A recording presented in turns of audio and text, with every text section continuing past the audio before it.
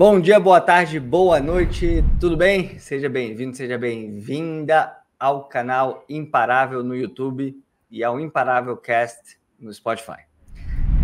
Esta semana, o meu convidado aqui no canal vai contar como enfrentou a própria ansiedade e a sua dificuldade de dedicar-se aos estudos durante muitas horas seguidas para conquistar suas aprovações. Tenho certeza de que essa é a realidade de muitos concurseiros que nos acompanham. Procurador da Fazenda Nacional, o mestre e mais recentemente também professor de Direito Administrativo do GRAN, Matheus Carvalho, é uma referência em sua área e certamente está ajudando muitos alunos do GRAN a acelerar sua realização do sonho de conquistar uma vaga no serviço público. Filho do Dr. Altolfo, que infelizmente faleceu quando o Matheus tinha apenas 11 anos, e da Miriam, professora, o meu entrevistado teve a oportunidade de estudar numa ótima escola em Salvador, com uma bolsa concedida porque sua mãe era professora dessa instituição. Dedicado aos estudos desde criança, ele já se preparava para concursos antes mesmo de concluir a faculdade de Direito. Foi o primeiro da família a escolher essa área, esse rumo, e saiu da graduação já aprovado em 5º lugar para procurador do estado de Goiás. Hoje, ele é procurador da Fazenda Nacional. Estou aqui com o professor Matheus Carvalho. Seja muito bem-vindo, professor. Muito obrigado por estar conosco hoje. Boa noite, Gabriel. Eu que agradeço a possibilidade de participar desse sucesso que é o quadro de vocês.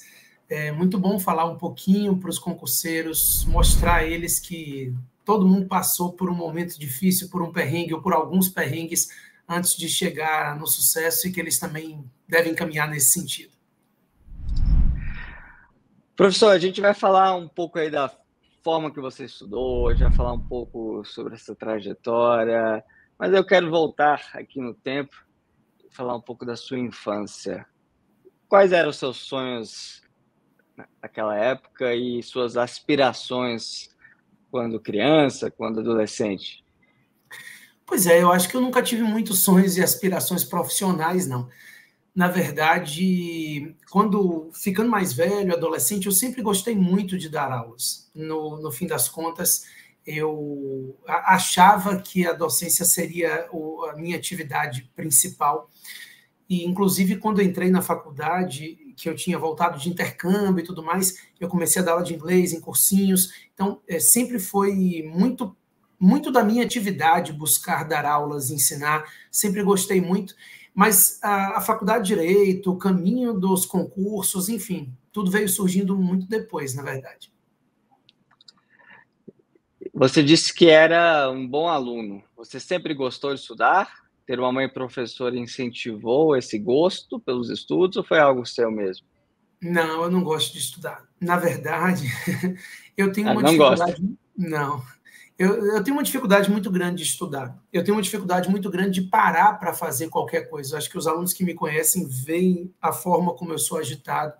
Eu não sou uma pessoa que tenho facilidade para me sentar e estudar 1, 2, 3, 4, 5 horas. Inclusive, depois, quando a gente for falar sobre isso, eu vou explicar como é que eu tive que fazer para conseguir implementar uma rotina de estudos. Mas eu sempre fui muito bom aluno, sempre prestei muita atenção em sala de aula. E, apesar de não gostar de estudar, eu sempre tive muita facilidade para aprender em sala de aula.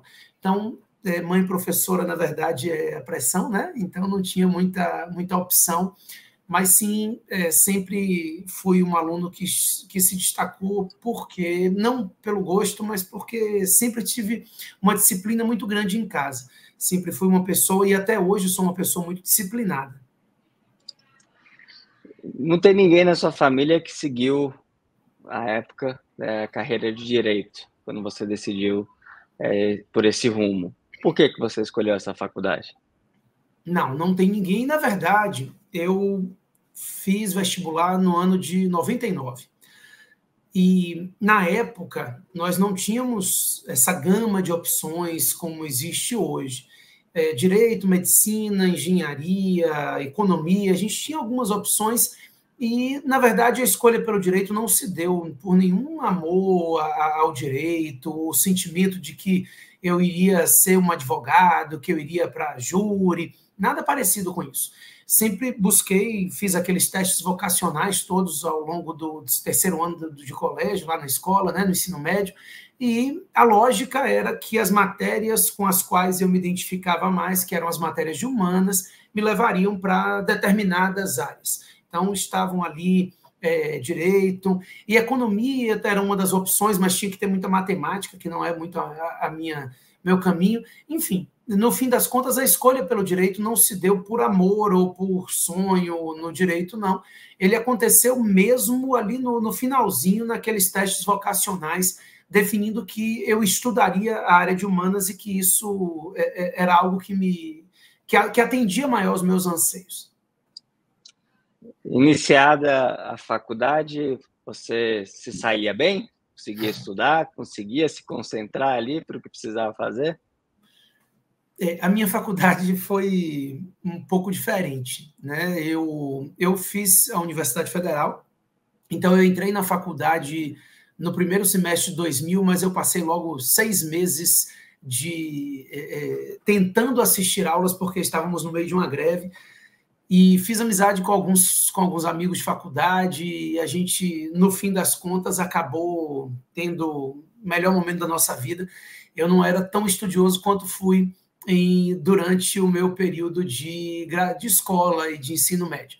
Mas o bacana da minha faculdade, do meu grupo de amigos, é que todos decidiram que queriam fazer concursos. Nós éramos cerca de 5, 6, e todos começamos a estudar efetivamente lá para o terceiro ano de faculdade. A partir do 6º, 7º semestre, nós começamos a estudar e começamos a fazer concursos antes da graduação ser concluída. Na verdade, se eu não me engano, terceiro ano, 2003, mais ou menos terceiro ano de graduação, eu tinha sido aprovado no concurso para técnico do MPU e, inclusive, casei aí no último ano de faculdade, estudos, faculdade e o meu tempo como técnico do MPU, 6 horas de aula, de trabalho.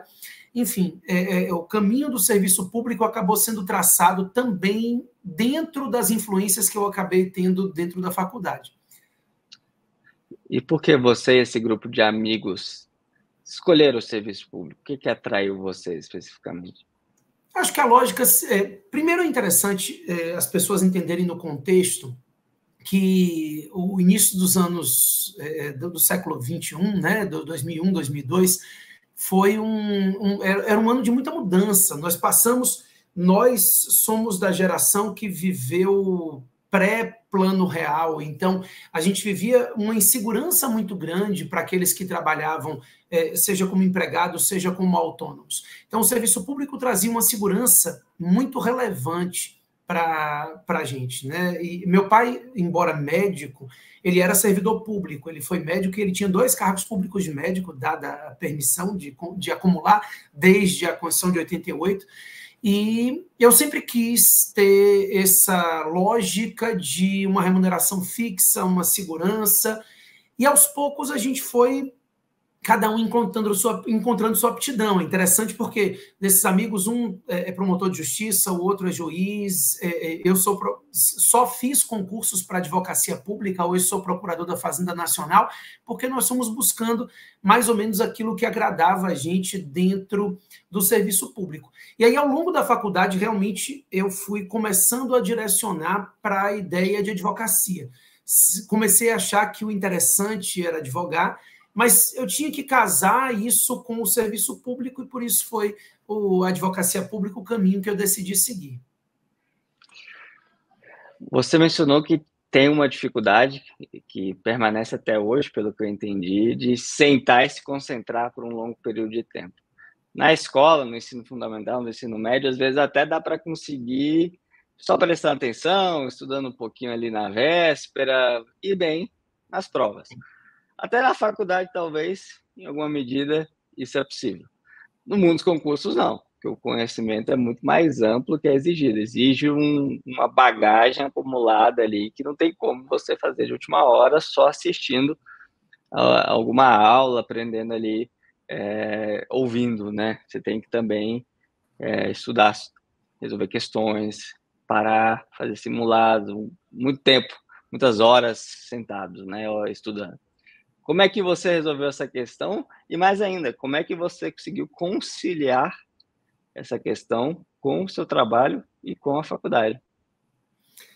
Eu nunca, desde os 18 anos eu trabalho. Eu nunca tive um momento em que vivia somente da faculdade ou dos estudos. Então, como eu disse, aos 18, quando eu entrei na faculdade, eu comecei a dar aula de inglês. E dos 18 aos 20, eu trabalhei nessa área. Depois eu passei um tempo fazendo estágio e logo depois eu passei no concurso do MPU. Pela minha característica de ser uma pessoa que não consegue ficar focado, o trabalho até facilitava um pouco a minha atividade. Porque aos poucos eu fui começando a entender que depois de uma hora lendo, eu lia e não estava entendendo nada do que eu estava lendo mais. Então, essa é uma característica minha mesmo, né? Eu começo a ler, eu nunca fui diagnosticado, não, mas eu chamo isso da minha hiperatividade. E quando eu passa ali 1h e 10 que eu estou lendo, eu já não consigo entender o que eu estou lendo, e aí, aos poucos, eu entendi isso desde o nível médio. Meu estudo para vestibular já tinha sido muito difícil, porque eu queria passar na Federal em Direito e não era simples na época, então foi quando eu tive que entender, porque depois de em 1 hora eu lia bastante, e aí depois eu entendia que eu gastava 1 hora para ler o que eu antigamente estava, na hora anterior, estava lendo em 5, 10 minutos. Por isso, a lógica de pausas começou a surgir na minha estratégia de estudo.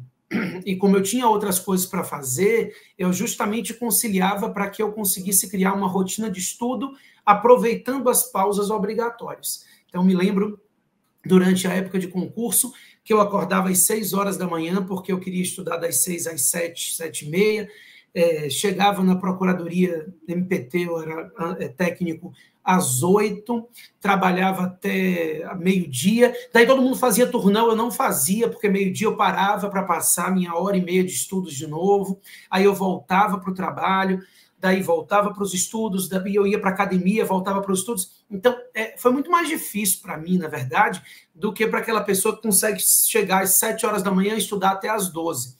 Mas eu não evoluiria. Se eu estudasse das 7 às 12, eu só teria um aprendizado efetivo das 7 às 8h30. E isso não foi rápido que eu fui entendendo isso, mas aos poucos eu fui começando a casar outras atividades no meio dos estudos. Então, durante as férias, eu estudava das 7 às 8h30, aí eu ia para a academia. Aí eu voltava da academia e aí eu já tinha mais gás para mais 1h30 de estudo, acabava a hora do almoço e aí eu já tinha gás de novo. Ou seja, enquanto muitas pessoas, isso é interessante porque é a forma de cada um mesmo, enquanto muitas pessoas, se tivesse essa pausa, depois para retomar, teria que ler com calma, iria perder muito tempo, na verdade, se eu não tivesse a pausa, eu não conseguiria seguir nos estudos. Mas é por isso que eu digo que eu fiz mentoria comigo mesmo. Mas entender um pouquinho como é a sua melhor forma de aprendizado, né? Foi assim que eu consegui prosperar nos estudos.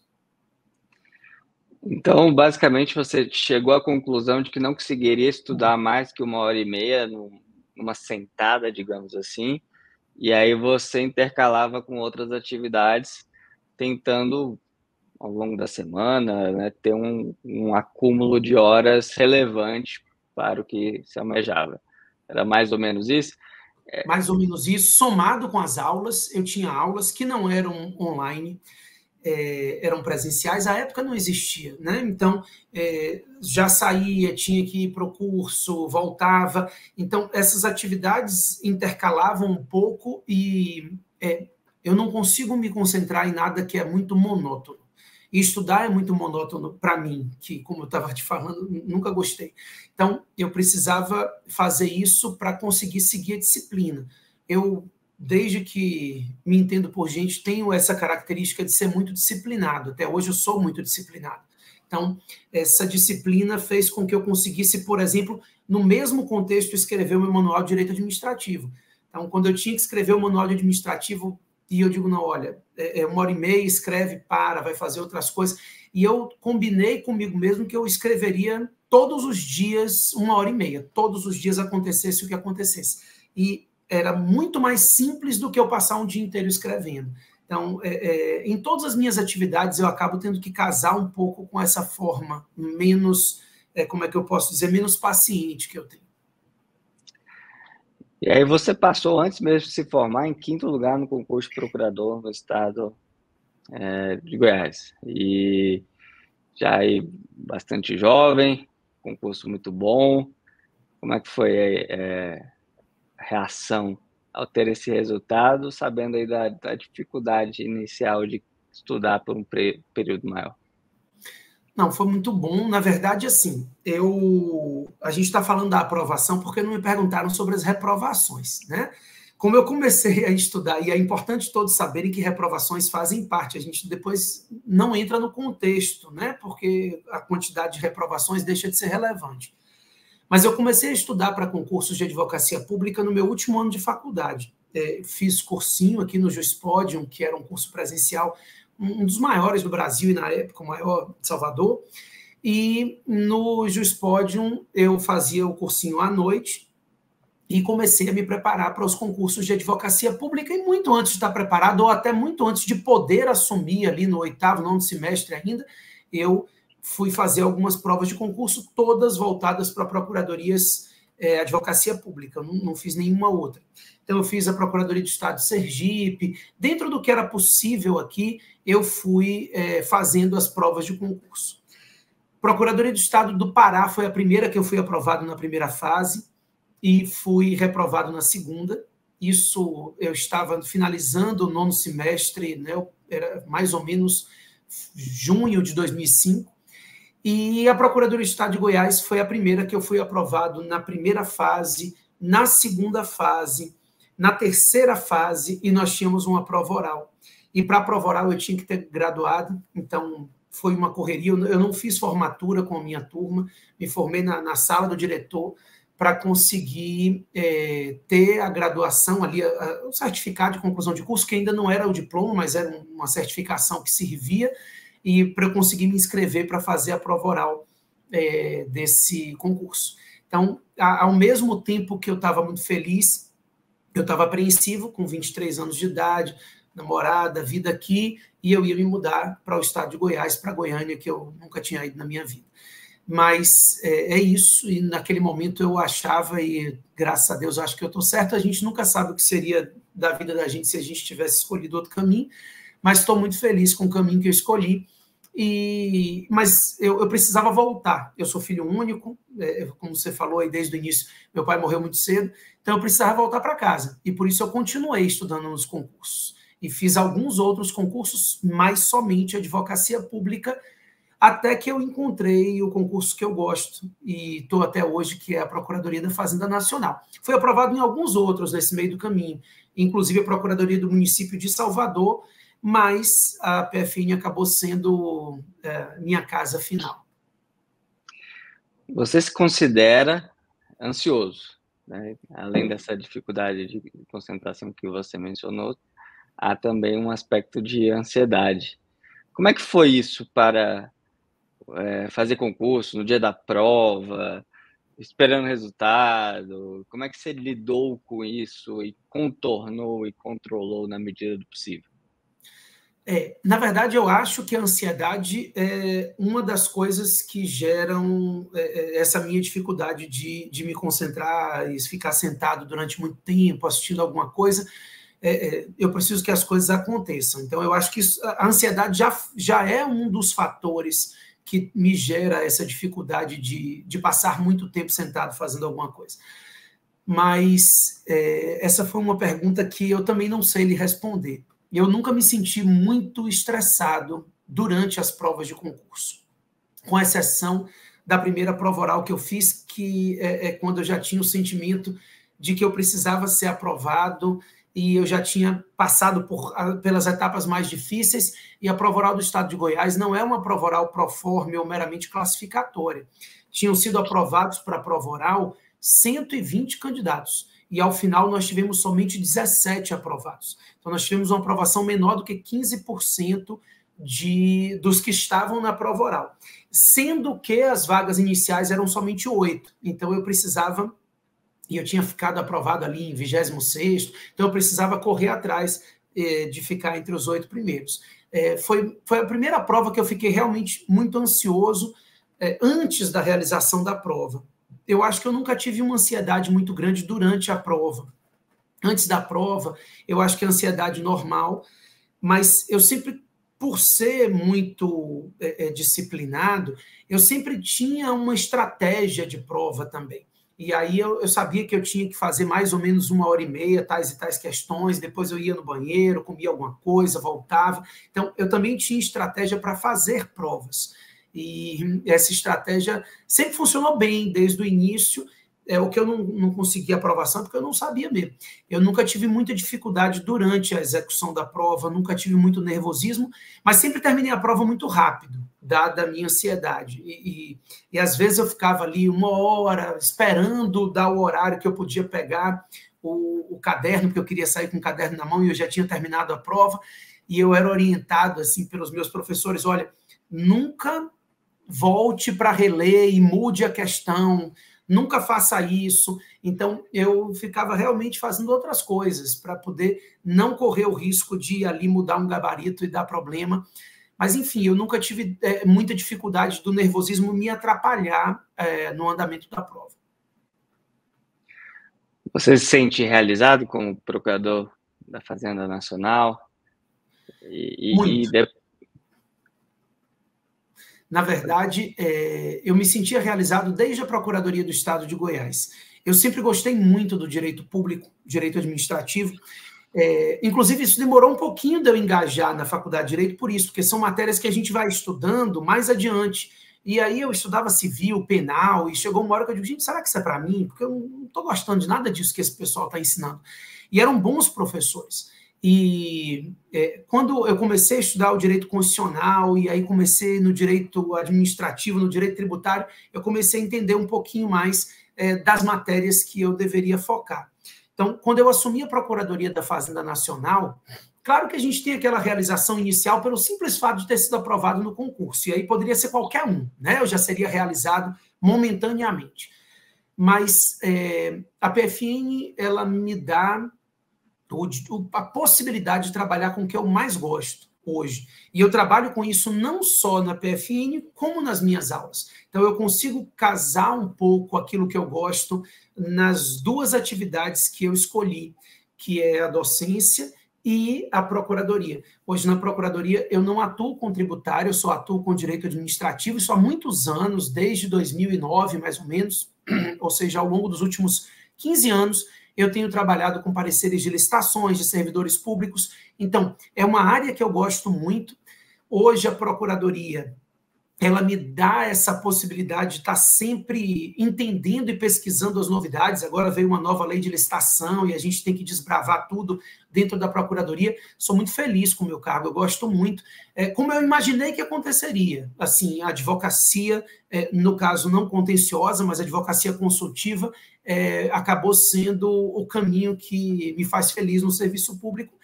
E eu também sou muito feliz dando aulas, né? A docência nasceu pós-procuradoria. Na verdade, eu acho que a procuradoria me deu uma oportunidade de dar aulas, né? O cargo público, o cargo de procurador, ele me pré-credenciou para ser convidado para dar aula no primeiro cursinho. Eu tinha acabado de ser aprovado, eu era procurador do Estado, ou seja, a matéria toda fresca na cabeça, e isso acabou casando uma coisa com a outra.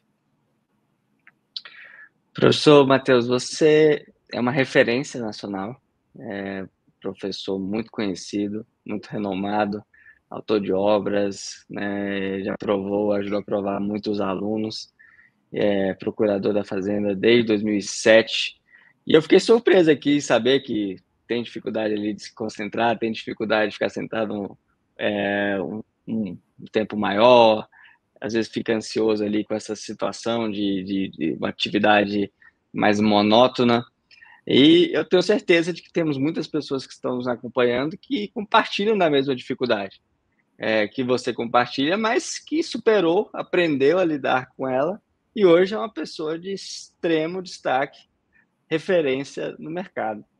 Qual conselho você daria para quem está nos acompanhando e possivelmente com dificuldade de estudar para concurso, possivelmente achando que não vai conseguir, já foi reprovado várias vezes, não tem nenhuma referência próxima na família?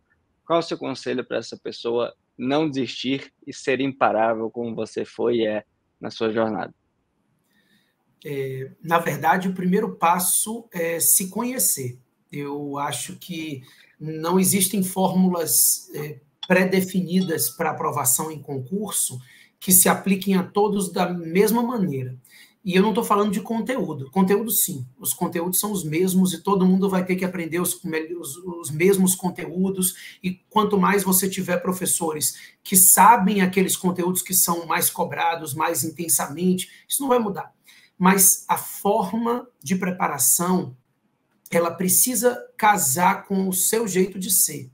Eu tive que aprender isso desde o vestibular, a duras penas, né? Porque pai e mãe não entendiam muito isso. Eu tinha 17 anos de idade e a mãe dizia, agora sente para estudar.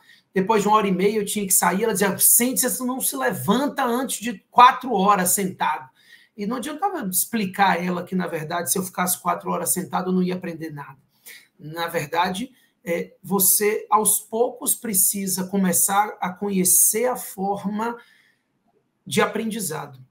As reprovações não devem ser relevantes no que diz respeito ao seu emocional, elas devem ser relevantes para você entender e conhecer o que aconteceu de errado, seja na preparação, seja durante a execução do concurso, porque isso vai acontecer. Não sei se existem pessoas que tenham sido aprovadas em absolutamente todas as provas que prestaram, mas eu creio que não. E, no fim das contas, todas as vezes que a reprovação aparece, ela precisa ser enxergada como algum erro, seja durante a fase de preparação ou durante a execução do concurso. Eu nunca tive dificuldades na execução, como até expliquei aqui ao longo da nossa entrevista, mas eu tinha dificuldades na preparação. Então, é muito importante que a pessoa primeiro se conheça para que ela consiga montar a estratégia de estudo dela. Existem coaches, existem mentores, existem muitas formas de você conseguir ter esse auxílio, mas você precisa se conhecer. Obviamente, você vai aplicar algum método, mas esse método só pode funcionar depois que você conseguir entender você mesmo, entender qual é a sua melhor forma de aprendizado. Isso não é fácil, não é simples, não é fácil, porque a gente sempre pensa que, no fim das contas, a gente não está estudando suficientemente, que os outros estão estudando mais do que a gente, ou que os outros estão se preparando melhor do que a gente, principalmente porque o concurso público é isso, somos nós contra os outros, né? Diferente do que acontecia, por exemplo, na prova da OAB. Quando você vai para uma prova de concurso, você tem que se preocupar também com a preparação dos outros candidatos, porque você precisa de uma colocação específica. Mas não imagine que ninguém está aprendendo mais porque estuda de forma diferente ou a maior quantidade de horas. Método vale muito mais do que tempo de estudo. Meu conselho é sempre esse, é encontrar o método correto de estudo, de aprendizado. O método vale mais do que a quantidade de horas, a qualidade vale mais do que a quantidade. Não adianta você passar 6 horas quando, na verdade, você está lendo e embolando ali as palavras. Então, na verdade, se você conseguir ter uma boa qualidade de estudo, você vai conseguir a aprovação. A pergunta do não desistir é muito simples. Vai conseguir a aprovação porque você não tem nada de diferente em relação àqueles que conseguiram a aprovação. Meu pai me dizia uma frase, quando eu era pequeno, que eu levo para a vida e passo para todo mundo. Ele dizia assim, você não é melhor do que ninguém. Logo, ninguém é melhor do que você também. Então, se você conseguir enxergar isso, se você conseguir entender que você não é melhor do que ninguém, mas você também não é pior do que ninguém, você vai enxergar que a aprovação, a reprovação tende a vir no momento que você encontrar a melhor forma de preparação e de execução da prova. Eu tenho alunos que não tinham muita dificuldade na preparação, mas tinham uma dificuldade imensa de fazer a prova, né? O nervosismo impedia absolutamente, dava branco total, não conseguia terminar, não tinha feito metade da prova, já tinha acabado o horário. Então, cada um tem uma característica e precisa atacar aquela característica negativa que acaba atrapalhando a aprovação. Professor Matheus, muito obrigado pela conversa, pela parceria aqui no GRAM, muitos alunos elogiando o seu trabalho, Prazer conversar com você. Muito obrigado. Obrigado você, Gabriel. Foi um prazer estar aqui com você no Imparável. Espero realmente que a gente consiga aí ajudar muitos e muitos alunos na aprovação. E a gente sabe que uma aprovação ela acaba mudando mesmo a vida de uma pessoa, ela muda a vida profissional. Você começa ou recomeça a sua vida a partir dessa aprovação. E é muito bom saber que a gente contribuiu para isso. E muito obrigado a você que nos acompanha aqui no canal. Pedimos que deixe o seu like, deixe o seu comentário. Eu leio todos os comentários. Nós vamos também pedimos a você que compartilhe esse vídeo com um amigo, com alguém que precisa estudar para concursos. Siga o GRAM nas redes sociais, me siga nas redes sociais. Muito obrigado. Até a próxima. Fique com Deus. Tchau, tchau.